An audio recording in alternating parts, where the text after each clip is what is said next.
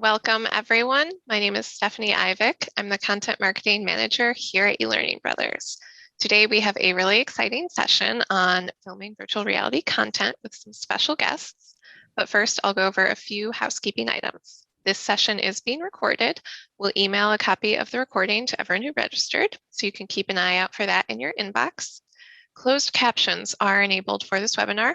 You can turn them on for yourself using the live transcript button that's at the very bottom of your Zoom toolbar. If you have any questions during the webinar, feel free to use the questions and answers panel to post them. We'll get to as many as we can. If we can't get to yours, we'll do our best to follow up offline afterwards. We also have live chat, so feel free to say hello and share your feedback on what the presenters are saying. Our presenters today are Dan Kralchek, Hugh Hou, and CJ Conway from CreatorUp. We are very excited to have them show us a little bit about what they do and how you can create awesome immersive experiences. So without further ado, Dan, I'll let you take over. Thanks, Stephanie. Thanks, everybody, for joining us. We're thrilled to be here. We met Scenario VR and eLearning Brothers years ago at conference, and we have been partners in the space for a long time and appreciate and admire their work. It's an amazing platform, and we're thrilled to present today. So a few things on the agenda, what we're going to do and move you through the schedule today. Number one, a quick roll call. Number two, just a little bit about Great Creative, a little bit about Hugh and CreatorUp, when to do it yourself and when to hire a professional crew, as well as the advantages of each. And then we'll talk about some storytelling challenges and then finish up with certainly some QA. So on the first subject of roll call, I would just love to hear first, and also just make sure that the chat is working well for everybody, but kind of the, where are you calling in from, where are you dialing in from, cities, states, countries. It's great to see, and go ahead and just drop that into the chat, and let's see what we got. We got a lot of good stuff coming in here. So hello, San Diego. Hello, Phoenix, Canada. Hello, Iowa, Spain, Germany. Awesome. Dallas, fantastic. Houston, Michigan. Wow, the list goes on. This is really awesome. Boston, we just did a project not too long ago there. Chicago, my hometown, Windy City. San Francisco, Florida. This is super cool. Okay, great. Also, industries. We just love to hear in general, what industry do you work in, from medical to entertainment? Maybe we can drop some of those in. Technology, healthcare, government, electric, aviation, training, government, education, automotive, pharma, higher ed, government, central banking, safety, life sciences. Super cool. Thank you. That is terrific. Definitely everyone's engaged, so we're excited to get into this agenda today. This is going to be a great session. So cool. Let's start off with just a bit about Great Creative. And this is a quote from Steven Spielberg, of course, but audiences are harder to please if you're just giving them special effects, but they're easy to please if it's a good story.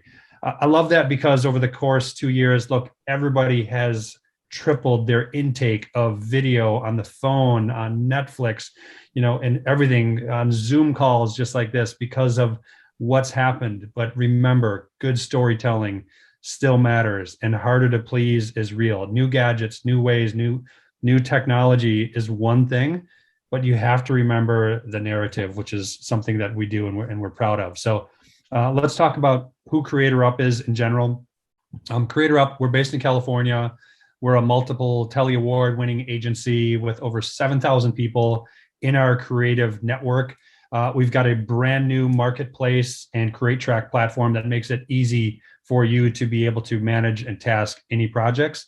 But from the big picture, CreatorUp does everything from storytelling to 2D video to docudrama style videos, certainly 360 VR videos that we're about to jump into, animation, you name it, but think scalable, affordable, and a huge network of creators around the globe that have helped us get to where we are. With that, I want to play a quick video from Hugh, one of our co-founders and creators and leaders of our 360 VR channel. So here's a bit from Maya Hugh. Angelou famously said, "People will forget what you said, people will forget what you did, but people will never forget how you make them feel."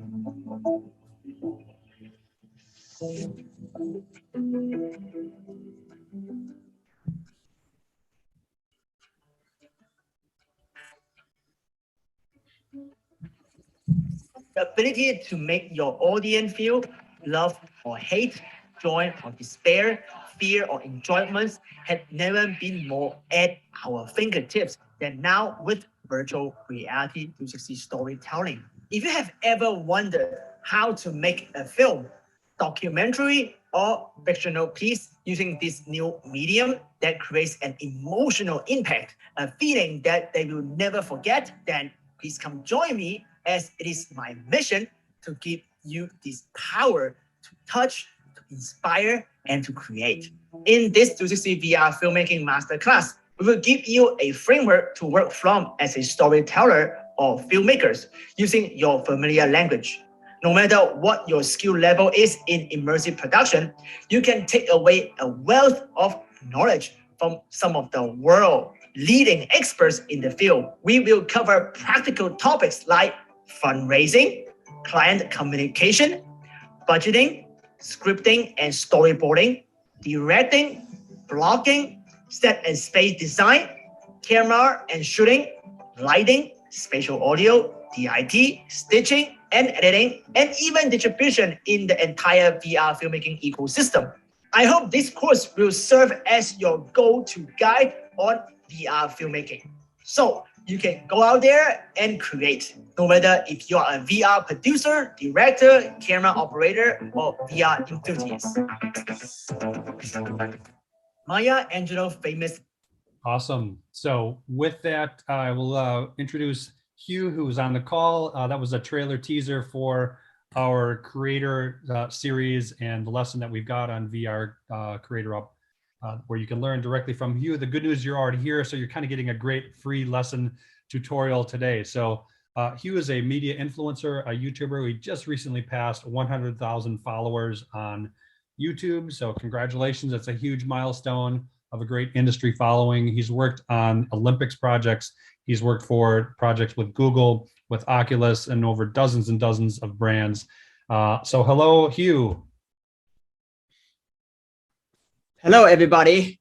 Yeah, I think I could just skip my intro, but you guys probably know my background already. So as a content creator, my focus is in the VR headset, and training is definitely what I do a lot. But I will pass it to the next speaker, CJ here. Yeah, we also got CJ, who's one of our filmmakers, producers. He's worked on a number of documentaries, Mercedes-Benz. He's working on a really cool project right now that is a VR experience at a major event. And CJ, say hello. Yeah, thanks, Dan. Excited to be here and share a little bit of knowledge and try to get everyone up to par and ready to go create their own branch narratives and training scenarios. So awesome. So we'll get right back with CJ and Hugh in a second. So number one, why VR works and why it's really seeing another major surge right now is just, across the board, the percentage of numbers that show increase in remembering, increase in engagement, 4 times faster than classroom style learning, 4 times more confident than traditional e-learners, 275% more confident to act on what they learned about. So these are things that Scenario VR knows and shares as well, but the space is exploding right now. People are looking for more engaging and exciting ways to, number one, welcome people back to work, welcome people back to new ways of learning things, and to get them to engage more. So with that, the purpose of this dialogue today is to talk about some of the differences between the growth in the DIY, the do-it-yourself side of this category, and certainly when and where to hire a professional crew, and the values, both of which present unique options. Number one, a couple of reasons on when and where and how and why to do it yourself. I work on the partnership side of things. I'm VP of partnerships and executive producer for a number of VR projects. So I work with major brands, and what I hear from major brands and some other brands or smaller departments is, number one, when it's low to no budget, it can be good to do it yourself. If it's a very small test or a beta group, when the outcomes are not necessarily tied to super important or high risk options, when the cost of failure is low. I mean, there's a reason why military and medical do not do small beta projects, because the cost of failure is very, very high. people consider this when there's team limitations and or they've got somebody on staff who has a camera and wants to try something new, or they're feeling experimental. And lastly, just if it's a simple location or it's a one-shot idea, these things can work great. You can be in the business of creating content for, about $500 and, time out of your current staff's pocket, or finding a volunteer on your crew to do it. There's been some amazing projects that have taken off and grown from the start to begin with. I'll toss it to CJ about a few best practices if you are going to do it yourself, on some things to do and where to start around product and software and things to be aware of. Yeah. So thanks, Dan. I would say that, the good news is that 360 has become a lot easier. Back in 2014, 2016, it was incredibly difficult with 7 GoPros in a rig, and you had to make sure they all synced up, and you had to stitch them, and GoPros would fail and batteries would die and different things would happen. But now things have come a long way. So you can go to Best Buy and buy a GoPro Max or a Insta360 One X2, and you can shoot a pretty good video on your own, and the stabilization's okay, and the workflow is not impossible, in the sense that usually a camera comes with a stitcher or a software that will give you a pretty good image, and then you can use basic software like Adobe Premiere to edit that. And you might need a decent computer, but you don't need a super computer like we work on for 8K projects if you just want to string something together that's doable and can be done yourself. So the next point, do be careful. We hear lots of stories about people who say, oh, I called a production company and they said they do 360. Most camera operators will say, oh yeah, I've messed with a 360 camera. I can shoot your project for you.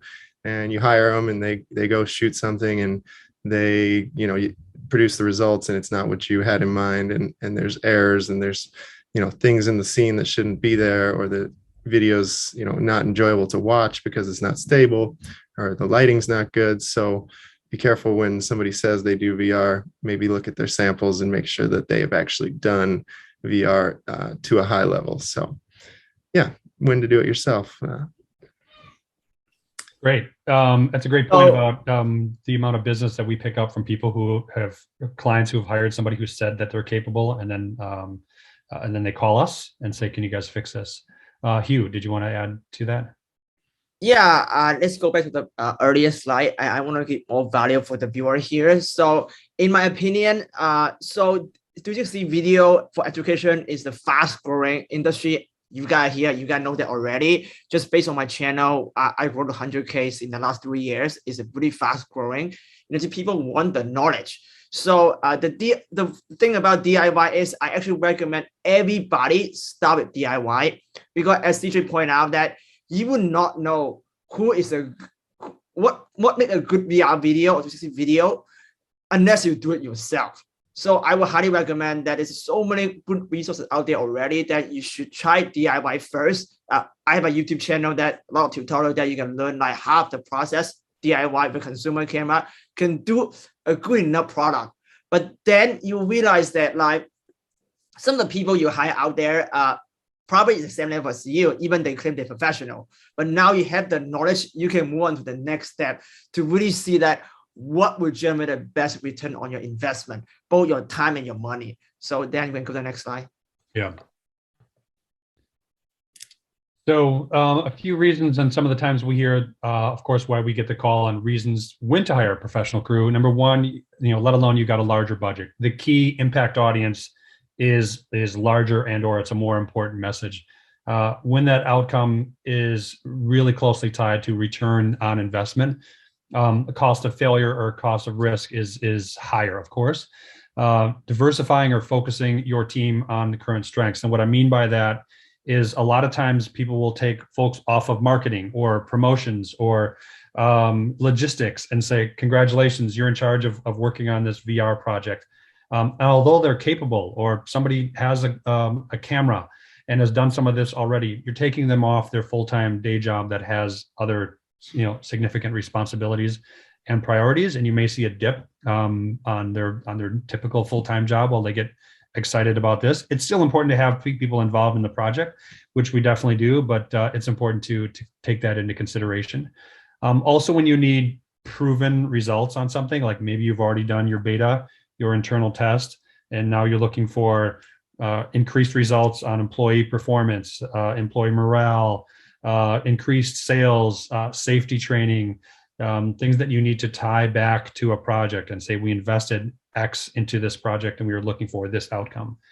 When publishing into the headsets or tablets or iPhones or just screens is a priority and it's complex, it's really important to have somebody who's familiar in the publishing space.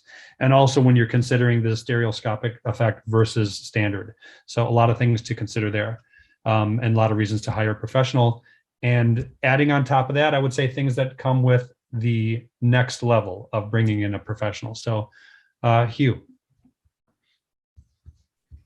Yeah, so I want to suggest that again, there's a lot of like filmmaking skill you can learn right now. There's a lot of tutorial on YouTube. I make those on TikTok, even on Instagram, a lot behind the scene, and a lot of people in big company become a hobbyist to want to learn how to create VR content. That's totally possible. The tech part is possible.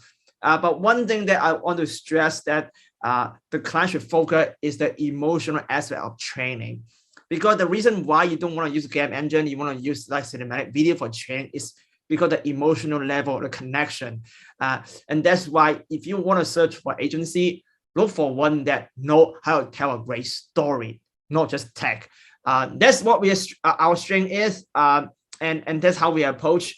We approach story first before technology. But talking about that, technology is very important because we're working on immersive media, VR. This is a tech of its own, right? It's complicated and you need equipment that is not out there availably in the consumer market to make you stand out.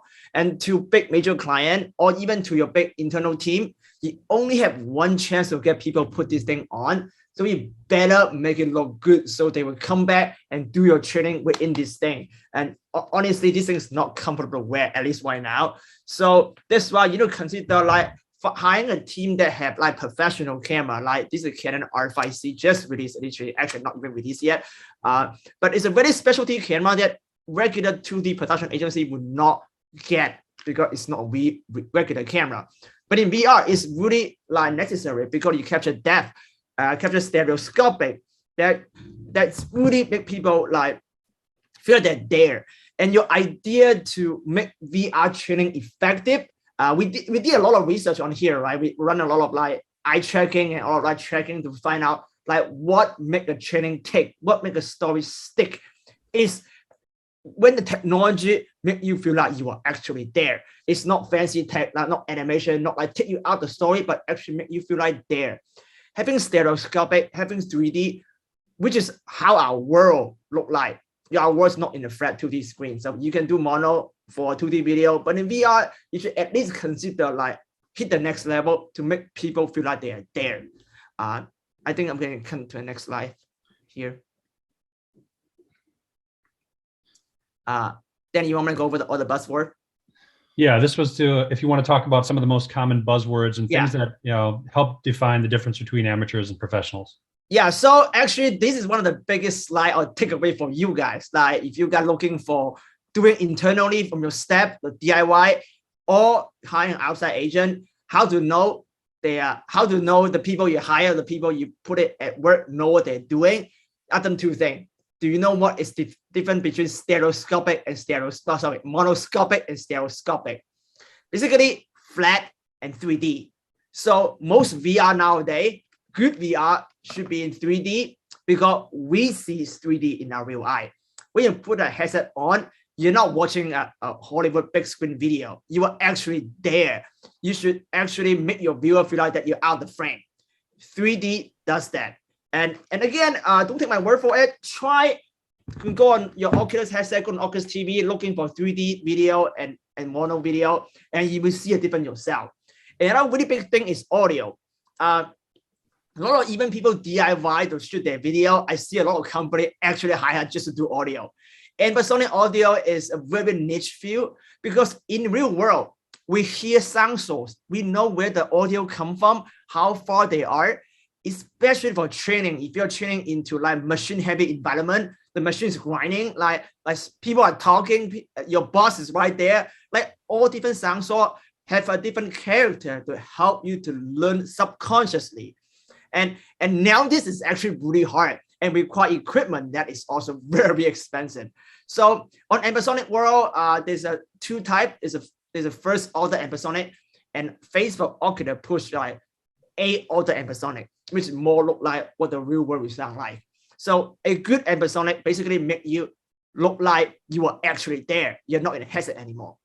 And then resolution is very important, 4K versus 8K. I feel like that if you only want a 4K distribution for training, you can DIY it, but anything up to 8K, the investment usually way out than your investment into your own team, because having an 8K processing requires a server farm. And if a company doesn't produce enough content, it ends up costing you more money to buying those like 3090 Ti NVIDIA graphic card to just have your employee or marketing team trying to do your own videos. So that's what I would suggest. And then 180 versus 360. That's usually a creative agency decision, right? Again, that require really know your audience, know your training subject, and decide what is the best. 180 give you more resolution, but 360 give you more immersion. Some training require 360, but if you're soft skill training, what you really want to see is the people facial expression. Actually, you want to do 180 and get camera way close to a subject and really feel their eye contact and emotion. And then, well, camera brand and list a couple brand right here. If you're DIY, you probably already know Insta360 or DJI or the other camera. And if you look at their price tag, or go on their website, right? Consumer camera costs $400. Professional camera costs 30 grand. Easy. Like the gap is huge different. So if you want the DIY, you want to invest a $30,000 camera, you better make sure you make a lot of training video. But if you don't want to do that, it's more cost effective to hire a team or rent a camera to do that yourself. So again, drone talk, I would say the drone talk to CJ. Sure. And I would add back to the camera brands and going from a consumer camera. As soon as you go past a consumer camera that has 2 lenses and you get like an Insta360 or a Kando Obsidian that has 6 lenses or 9 lenses on an Insta360 Titan, you're thinking, oh, well, I bought this camera, so I'll get a good image. It's going to be great and I'm going to make it myself. But in reality, now you have these 6 lenses that need to be stitched together, and the stitcher for the camera software doesn't always do that. So then you need to have a computer that can handle those files in a software like Mystica VR and stitch those lenses together. And that's where it gets really complicated. And if you have moving subjects or objects going in between those lenses, then you have stitch lines. And that comes back to, if you're like, oh, it's just a little stitch line. But the fact is that if someone's in a training scenario and they see a stitch line, their brain automatically goes to, oh,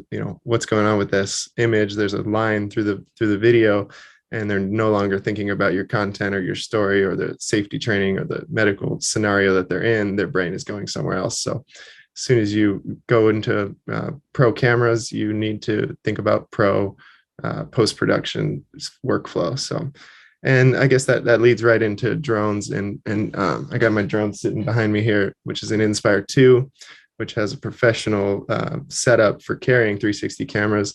And I'm FAA certified and in daytime and nighttime, and we've done projects all throughout the world. So we've hired local pilots and flown in the United Arab Emirates and Mexico and all these places. So what's important about drone is that first, yes, you're certified, you have a licensed pilot in whatever location you're at, because if you're on set and somebody gets a red flag that you're not licensed to be flying a drone, shut down the whole production. You could get a ticket, you can get fines. It's not a good thing. The second thing is that you might find someone that say, oh, we can fly a drone shot of your building, and they do it with a small DJI drone with a camera attached to it, and that automatically makes them flying illegally, because you're not allowed to attach yourself a camera to a drone that's not made to carry a camera. So and it comes back to safety. You don't want to have a disaster. You don't want that camera to fall and hit somebody. You don't want that drone to freak out. So you need to have a professional drone. You need to have a professional pilot. But once you do that, it's great to add drone even to a training scenario, because it just makes that cinematic feeling, and it gives the viewer an experience that's enjoyable and gives them a bird's eye perspective. So I encourage, if you haven't watched a drone video on a headset, go to Hugh's channel or find another drone video in your Oculus headset and check it out, because it adds another layer. And people, you say, oh, we're going to have everybody do this training scenario, and they go, oh my gosh, we got to watch another training scenario. But let's try to make it enjoyable. Let's try to make it cinematic by adding drone shots or rover shots or beautiful time lapses, and make it enjoyable, so that when they take that headset off, they say, wow, that was great. My company put a lot of work and effort into that, and that means they value me and my training. So I encourage people to just push the boundaries like we're talking about here today. Awesome. I want to add a couple of notes. Number one, we do want to do Q&A at the end of the session as well. So feel free to post questions into the Q&A, but there's two that are just tied to something we just talked about. First, Hugh, I'll have you answer this one right after CJ. CJ, you just talked about it, but somebody asked, is drone safety important for people? Yes, it is, but maybe you just want to add just a little bit to that. And then Hugh, if you can talk about just a little bit of clarification around 4K versus 8K, both in the camera and also in the user experience. So again, I don't want to make this like panel become a tech talk, right? I want to throw the technology out of the way. It's all coming to ROI, return on investment. And you can pick DIY, you can do it yourself, you can hire agency to do it yourself. That's even more expensive. But understand what you want, who is your target audience, know what they prefer, their sophistication, and then figure out how much it costs, and then decide if you want to do it in-house or hire out. And also make sure that there's a hidden cost, you don't realize that. For example, post-production and safety, legal issue like drone and rover. Understand all this concept will help you to become a better decision maker to run this. Even you hire out, you are, as a client running a production company, you are still, we call it executive producer, right? So you still should have the knowledge to understand what is going on. Back to the question, like 4K versus 8K. So 4K is mostly distribution on YouTube, which is good enough. But in VR, minimum you should have 6K, and then a stereoscopic 6K. But if you're doing monoscopic, this thing can support up to 8K. And you can see that in the headset. It's really 4K video is great, but it's 4K video because it's pixelized, it's not real. It's actually funny things, looking like a meme and looking like a professional taking photos. Is that quality different? So again, depending on your use case, right? If you are doing like fully detailed medical training, you need 8K to see like where's the operation is, where's the detail of the machine is, so you can make correct decision. But if you are doing something like very like soft skill based, maybe 4K is good enough, because all you need to do is just capture the environment. So that will be a good decision point. How detailed is your training subject you want to go? Great. And then we'll hit a few more Q&A pieces at the end. Next up, and then we're going to get to a few examples and kind of hear from Hugh as a filmmaker and some of the different challenges and recent projects that we've done that we want to show. But some of the most common do-it-yourself mistakes, the calls that we get from people who go, here's what happened, or they show us something. Camera that we talked about, sound, just picking up things that you didn't want to pick up and taking that into consideration when you shoot. Actor engagement, very, very common. People go to shoot a scene and everybody raises their hands like, oh, I want to be in this film. It's an internal project. And then they get there and they don't realize how hard it is, why actors are paid to do what they do and do something over and over and over until they get it right. Lighting, completely different in the 360 scenario. Props and background, super, super common. If you want to find an amateur video, look up, look down. You look down, you see a tripod. You look behind you, you see wires and cables and lighting. And maybe that was okay. Maybe that should have just been done in standard 2D. It takes time to edit those things out or think about unique ways to do it. The final edit, stitching, like CJ was saying, it takes it out of being virtual reality, and it suddenly becomes something different to the user. It's kind of like watching a movie when you see and recognize now, a bad CGI. Like you see it and then you stop thinking about the narrative and you start thinking, how much did they pay for this movie? And I can't believe they did this, and this is Marvel and I expected better, etc. Huge Marvel fan. They rarely screw up, but and the scheduling, of course.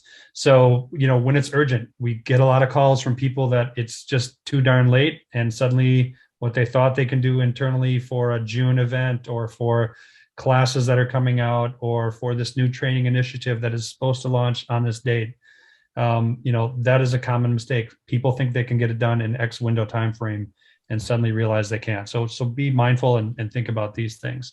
Can I add one thing, Dan, right there? Yeah. So one thing for everybody, no matter do it in-house or outsource, realize that the cost of making a 360 video will be 3 times more than 2D video. For 3D stereoscopic, it's 10 times more than 2D video. And the same is time. If you think you can shot a video in a week for 2D video, you take 3 weeks to bring the 360 video, it would take like 6 weeks to 10 weeks for a 3D 8K video. So plan accordingly. If you have a project, you should probably call it like yesterday instead of today to start making planning. Yeah, and I would just add, well, I think we're going to touch more on it, but to overcome lighting and audio and all these challenges, we still have an audio person in the scene. A lot of times we still have lights in the scene. We still have a director or a teleprompter behind the 360 camera, and then we remove all those objects in post-production and create the 360 environment afterwards. So, if you want tips on that, send us a message, but there's ways to still have lighting. There's ways to still have an audio person. There's ways to still have all the things that you would have on a normal traditional set on a 360 set, so that you make sure that you're getting the right content and that the lines are being delivered properly and the emotion is there. And then you just remove all that in post. So I think we'll touch on that again. Right. So I'm going to show a few different examples and have Hugh or CJ just talk about some of the, I think, unique challenges. So this is a little show and tell, but also the director's point of view of the Blu-ray extended coverage, if you will, the additional content around what were some of the challenges behind the scenes on a few of these projects. So first, Hugh, you want me to just play this one? This is about 2 minutes. Yeah, actually, I'll play it and mute it, and you can talk over it. So yeah, you can mute it. It'd be great. So yeah, you can play it. So in 360 production, I'll wait for them to play it. There's a lot of CG stuff, as you see that we incorporate game engine to replace and put the talent into a virtual world. Actually, this is a great example of the camera, right? Cameras have multiple lenses. So you can see like different, sorry. Yeah. So again, like that require a lot of software post-production that is sometimes hard to do it internally. We do get a lot of people shoot themselves and send us the video and do all this whole processing. But you can see like it's not really easy to really finish a good piece of 360 content in post. And this is a good example, like flying a drone. So we stabilize your drone with 360 tracking, and then we move the drone entirely in post. So feel like that, as you see, like right now, you don't see a drone, you only see, again, educational environment. And that same happened as something called rover. What rover is, we have a camera card controlled by a robot, and then in post, we move it. So you don't see it anymore. And also, one thing that if you're gonna do DIY, really be mindful to keep your camera, the horizon stable. If not, the post of fixing it is very expensive. So tip like that as well. Like problem like this, sometimes like this one, you can never fix it in an actual scenario. So you want to do it in post. So we move those jello, we call it jello effects. But again, there's a lot of stuff you can avoid to really save money, to not do any of this, but just hiring a really good DP or learn the camera power of stuff. And again, we just try to show you internet's really bad right here. We try to show you some like VFX effects that you can actually really add to increase the production value on your 360 video. But then you can stop that. It's too glitchy to actually show it. Great.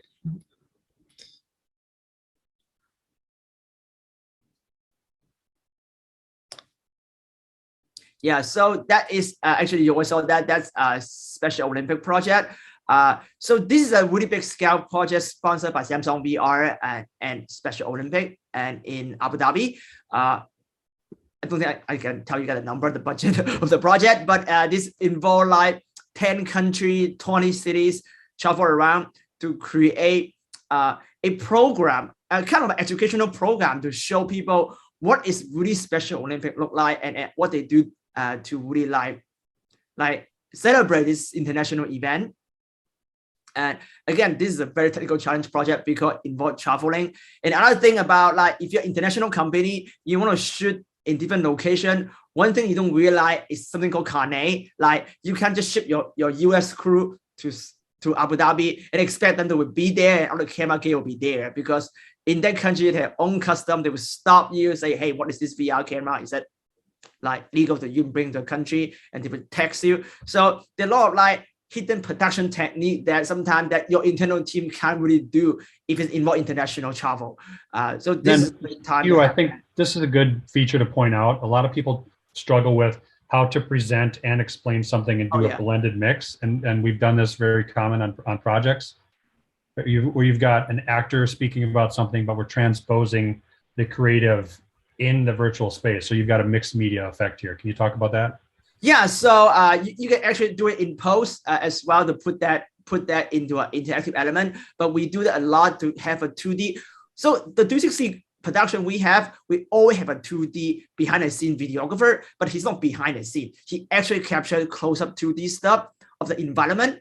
And then because 360 environment sometimes it's too small, you can't really see it, especially your DIY using a 4K camera. You want to have that close up. Instead of getting it with the camera, we capture it with 2D camera and then superimpose. And then with that element, it's actually interactive, right? You can pop question there, like photo question, like you choose A or B, and then have that there. Or you can have a video there, a 2D video without a 360 video. The environment let us people to feel like that they're there, but the close-up is in the 2D video. So you can actually do quizzes and do branch narrative inside the 2D video. So we can do that as well. And you see that we use the technique throughout a lot of our production here. This is another training product that we actually did that was training and marketing with Coffee. And the challenge was both the logistics, outdoors. You know, we were in an agricultural environment and they had multiple shoots. I mean, their original shot list had so many different locations, and people don't realize sometimes the scope of which is included of packing everybody up, getting them to a van, setting up at a new location, and the time required. But you want to talk about some of the challenges? Yes. So this is a good example. Like a lot of people, corporation world, they think educational video, they want to start with subject matter, start doing like thing, and like get very technical really early on, which makes sense because they are subject expert. They are in your company, know the knowledge, know how to train the staff, but they don't think about the audience. So for this video, is Coffee trying to educate their customer and their buyer from Ralph, from CVS, like buying Coffee. But Coffee not just a coffee brand, they have a great culture behind the brand of coffee. We try to educate like daily consumer what is Coffee and what make that the biggest like US native grown coffee brand in the world. So to do that, we think about the audience. The audience is not going to put a headset, start looking at the farm and how to make coffee, how to grind coffee. They want to feel like that they are going through experience. So we put in drone shot, really increase the production value and travel to really show the location of Coffee, which is in Kauai, Hawaii, right? And then people immediately got engaged. We see the view, we show this piece in trade show, right? People will come back for more to watch it again, to just see that nice environment, feel like they get teleport somewhere else, and then through that process, subconsciously we teaching them knowledge about coffee grinding, how to grow coffee. Like all this knowledge is like embedded into a beautiful narrative. But that takes a lot to achieve that, to trigger like both subconscious learning, conscious learning, and subconscious learning by different technique in cinema. Great. And then this is Supima Coffee, which was a training narrative that we put together. CJ, you want to talk about some of this?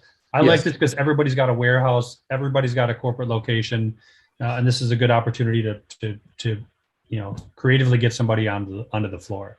Yeah. So Supima Cotton, in this case, we're in the FDA classing office, and this is something that they use to show their employees the workflow of what the cotton goes through. And usually they would, take people on tours and show them in person, but due to circumstances, they wanted to, shoot this behind the scenes video and a regular 2D video. So in this case, they're watching a 2D video, but it comes back to the point of just using VR to, save money. And you can get, 300, 400 people through this tour at the cost of a fraction of the cost, because you don't have to fly them out. You don't have to take the time out of the day to do the tour.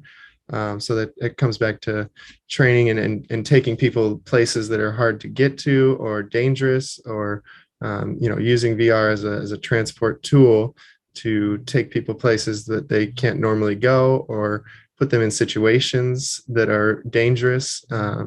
Like I've worked on first person shooter scenarios or active shooter scenarios where it's a good way to prepare somebody for something in the real world. And, studies have shown and employees have responded and said, hey, God forbid if something like this were to happen, at least I have a little bit of memory of what the scenario was like in the training in the VR headset, and they can apply that to the real world. And that comes to a project we're working on right now for petroleum training and working on oil rigs. So you can, actually put someone in that environment and show them the hazards before they're actually in that environment. So it just comes down to saving lots of money and using VR as a tool.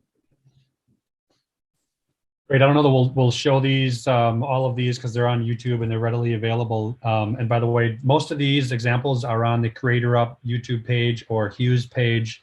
This one's on Oculus official website. Yeah. So, yeah, we did as well to train people how to use VR headset, which is top part. And we did that as well for Oculus. So even big brand will use us. So actually come down to the thing like the old example, it all comes to the same theme. It's about stories, about emotion. And the great thing about VR training is trigger something that you can't get in watching a video or just reading a book. It's subconsciously you are there. When you're there, you're more engaged, your learning ability shoots sky high. And then if you interact and you connect with the emotion level with that two-way, you basically trigger your agency and also emotion, and that learning just accelerate. Because we're human beings, we learn with emotion, but we carry emotion as a daily thing. So a lot of people go to a training program. Your employee might have the experience well, have their own family issue, have their own personal issue, and they come to your company and you sit them down, you force them to watch this video, go to the quizzes, like all this stuff. And in the back of their head, they subconsciously say, oh my God, I have a problem with my kid in school and whatnot.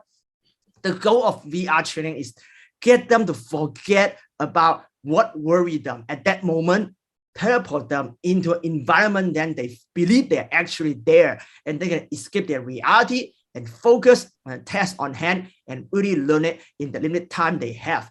And that's the company money.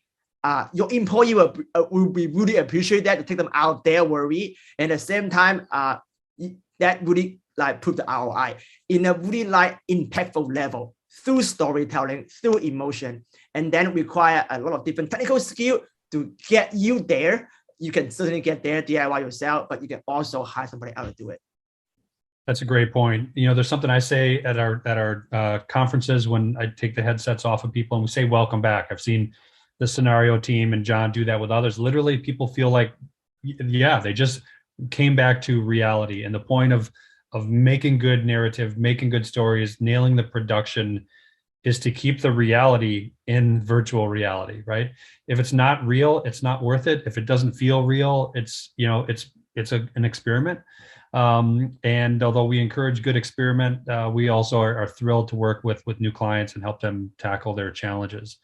So with that, there's a couple of good questions in here, and we'll open it up for the next bit in some Q&A format. So let's start with a question from Adrian on when would you recommend using 360 drone footage over, say, a 360 drone image inside a training package? I think I know, but I'll let Hugh or CJ take that one. CJ, there you go. There you go. Yeah, I would just say, I think it's great if you like, for example, if you're doing a new employee introduction to a medical campus or something like that, it can be a great tool to just get them a visual on the campus itself, right? Maybe you're flying high over a campus, and it gives them a sense that they kind of understand where buildings are or where certain things are. If you were, flying over a factory tour, in this case, Kauai Coffee, it sets the scene, so you're in Hawaii, and it comes back to entertainment and making an enjoyable experience, and just showing them something that they want to see, and taking them on that bird's eye flight. But it also can come back to real applications of, like, do you want to lay out a site and see what things look like and see it from above? It's just a great tool to do that. So I can follow up with that. So we actually do both. So we do 360 photo and 360 video at the same time. I just sent a link on the chat to show you some good example of 360 photo. So a good photo can have a huge impact. We recently did a campaign, Ukraine war, but you guys already know that already. So I'm working with Ukraine artists right now to capture the war, capture the after the war, the damage in the 360 panel photos. And that is really impactful of its own. Again, we can't really fly a drone in a war zone. So the best thing we do can capture photos, but don't discredit 360 photo. Really well done 360 photo is very impactful. And if you see my engagement rate on the page I just shared, like, you can easily get 1,000 likes on Facebook 360 and like million of engagement on just one photo. And it's all come back to impact. So if a distribution is including narrative, and you want people to just stay there and look at some really high resolution, you should use 360 photo. The same photo can be also used with purpose, like the example you see right there on your social media, on Facebook, on YouTube, on even TikTok, on Instagram. So what you produce can have a multiple revenue for your marketing team to repurpose it. And that's photo. Video is harder to repurpose, but again, it's more impactful, and you really see the movement, and usually like it's more like life in a way that. That's a great point. It reminds me, there's so many projects that start at the chief learning officer, HR, training department, and this project explodes into, marketing wanting to get some of the assets from this, social media using it. We've seen companies taking a snippet of photo and dropping it onto their social and seeing 3, 4, 5, 10 times the engagement from their typical posts. It's very powerful. And what I would encourage is, when you do a project, think about all of the different assets that you may need out of that project when you have the production day set up. On the subject of creative, Edna asks if artists can do 3D art on the Adobe Cloud, and if it's applicable into the 360 VR video environments. I can answer that as well. Let's CJ follow up. So one distinction that, again, could take away for you guys is there are two types of VR project. There's the one that you might know is based on game engine, Unity, Unreal. It's all 3D. Beat Saber is a good example, right? Game-based environment. So that is along the line with Adobe can create 2D art with Maximo or the free Adobe app, and then create 2D asset you can bring into environment. Those are great things. So that's actually different from what we're talking about today.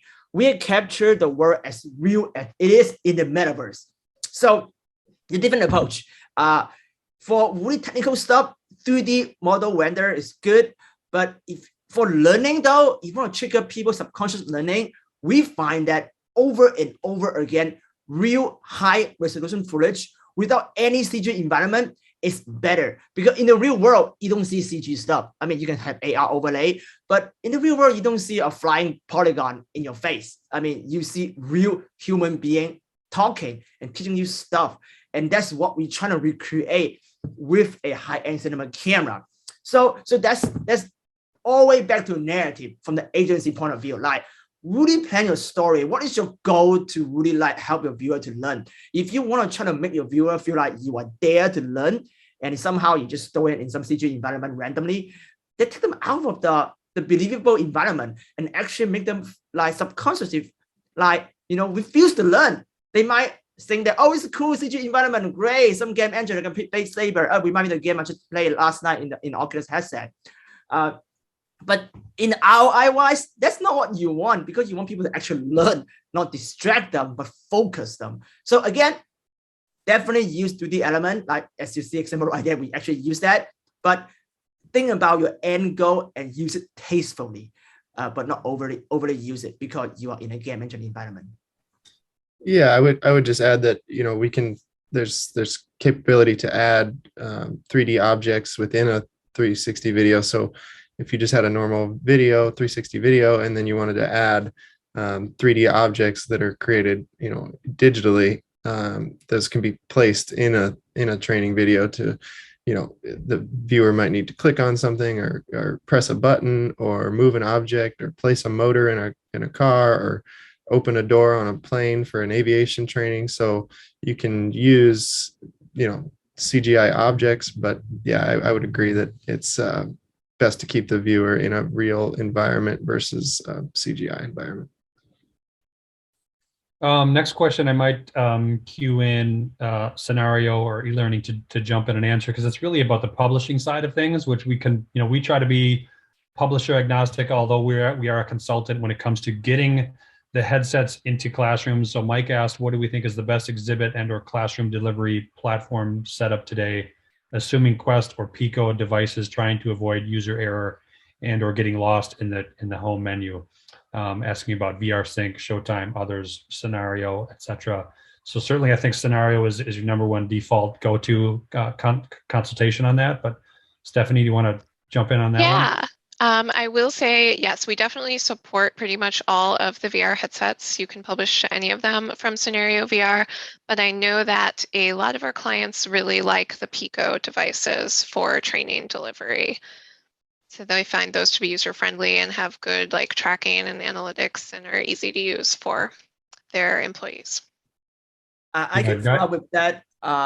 If you guys want more information, so I have a class right here. But if you are a company and I agree, Pico is actually really good for corporation, because another thing that you want is support for your headset. Like, this thing breaks pretty easy, especially consumer too. So and Pico, they have enterprise solution that will make sure that it doesn't break, and they work better for you to lock the headset down so people can't play Beat Saber while they're actually doing your training. Some of your employees is pretty smart. They will figure out how to hack the headset and just start playing VR game when you're not looking. So having a watertight seal to really load up your app to do the training is important for company perspective. But again, that depends on what you want your employee to do. Yeah, and we have a project coming up that's going to students in classrooms, and we're taking the hard work out of it so that they don't even have the controllers, and all they get is a headset and the teacher gets a laptop to start the playback.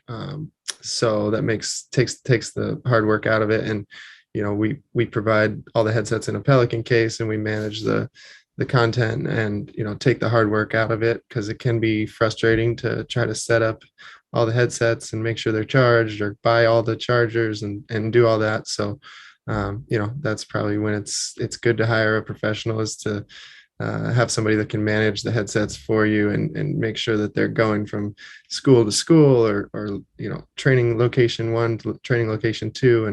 And that's something that we and other people offer. So yeah, the reason why we use Scenario VR is because it's reliable. And I know it is in the pricey size, but it's very reliable. And for large scale project, you really need the reliability. Like one thing, you take care of the headset, but I mean, that obviously you want to make sure that doesn't break. But most of the time, our issue is not in hardware side, it's in software side. So having a good software, especially doing a live training, is very crucial, and you don't want to go cheap on that. And we learned that in a hard way. So we just want to share to you guys.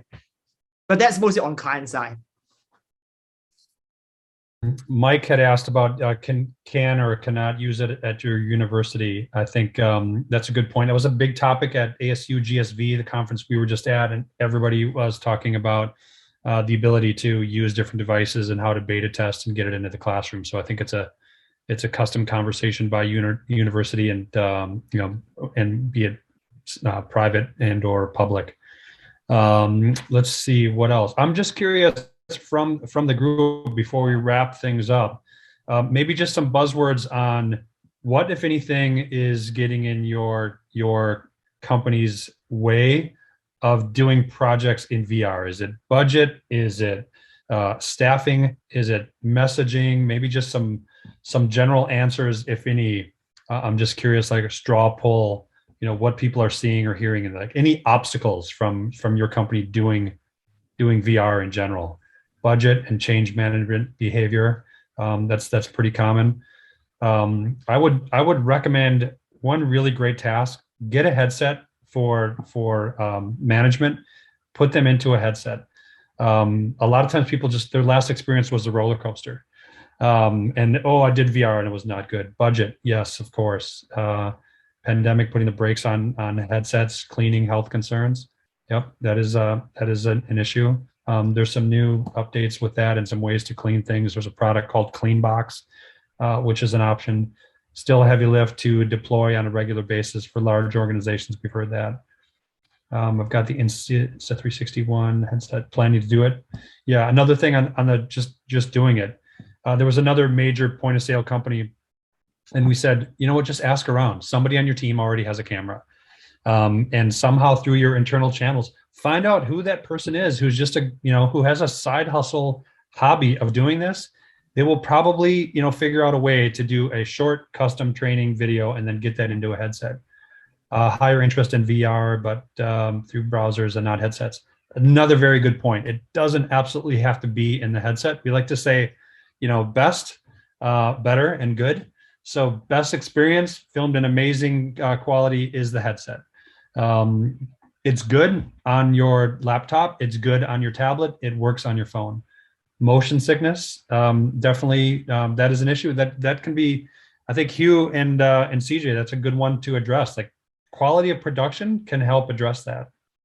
Yeah, motion sickness is the biggest issue in VR right now. We have a lot of way to make it stable. That first, not a gimbal on a camera. We use, as you see, the rover, the robot, that we usually take that out. And also using drone, but only do like straight up, like only like that kind of motion instead of like turning around. It's really depend on operator. And also there's many ways to take down motion sickness. You can have motion chair to sync your video. We do that. And sometimes I would actually recommend everybody, if you DIY it, don't move your camera. Just, put your 1x2 on a tripod. Just focus on the narrative. It's not about being fancy, being tech here. Again, it's all come to ROI, what you're trying to do. I mean, people will not randomly move around when you listen to a speaker to talk about stuff. So I will first experiment not moving your camera, nail your narrative, nail your story, nail your cut, to really get the idea first. If you want to move, there's always a better way to move it. Yeah, and I would say one other tip is camera height. You don't want the camera to be too low so that someone's looking up at something or they feel like they're being squished, and you definitely don't want it to be too high so that if they're 5'5" and all of a sudden the camera's at 6'3", they feel like they're a super tall person and they're looking down, and that can cause that motion sickness. And then yes, definitely, a stationary camera, especially for training scenarios. But it really comes back to image quality too, because if the eyes are seeing a good image and it's high quality, 8K, 6K, then that decreases the chances of them getting motion sickness as well. So there's also things you can do, like little wristbands or little tabs that you would take for motion sickness on a boat, and you can use those as well, especially if you're going to implement a training program or education program for a large group of people. You can ask people, hey, do you want to wear this wristband or put this little dot on your neck that will decrease your chances of motion sickness? And then always having an option, like scenario has to, yeah, you can put it in a headset or you can, use it on the computer or phone or tablet. So there are options. And also, to address the budget question or, challenge, I think it's a good thing to look at and say, how can we, take a budget that's already allocated for training, and we usually spend this much on a training or education curriculum, and how can we, repurpose that budget to be for VR and achieve more, because that's what a lot of our clients find, is that they can achieve more on the budget by doing it digitally and doing it in VR. So, Yeah, I would say save more money in the long run. We see because viewer learn better and less of a time. So in a VR project, power through compared to a 2D video project, we see a better learning result from a VR project. And in the long run, you save the company a lot more money. That's the most important thing. So with that, I think we'll wrap things up. Thank you, Stephanie, for having us. Thank you, Scenario and eLearning Brothers. We were thrilled to be here. Here's our contact information. I'm Dan at CreatorUp.com. Tons of free advice on our YouTube channel as well. Please follow that. Follow Hugh and/or CreatorUp on YouTube, LinkedIn, Instagram. Tons of great tips there. You guys, thanks for all of the great questions. I wish everybody good luck, and we'll see you in the metaverse. And look forward to seeing your project. And we'd love to hear from you and hope to see you on Scenario VR soon. Thank you all so much. You'll get the recording in your email, so you can keep an eye out for that. Thank you to the CreatorUp team for joining us today. This was really great. Lots of good information and inspiration for all of our future immersive learning projects. And hopefully we'll see you all on another webinar.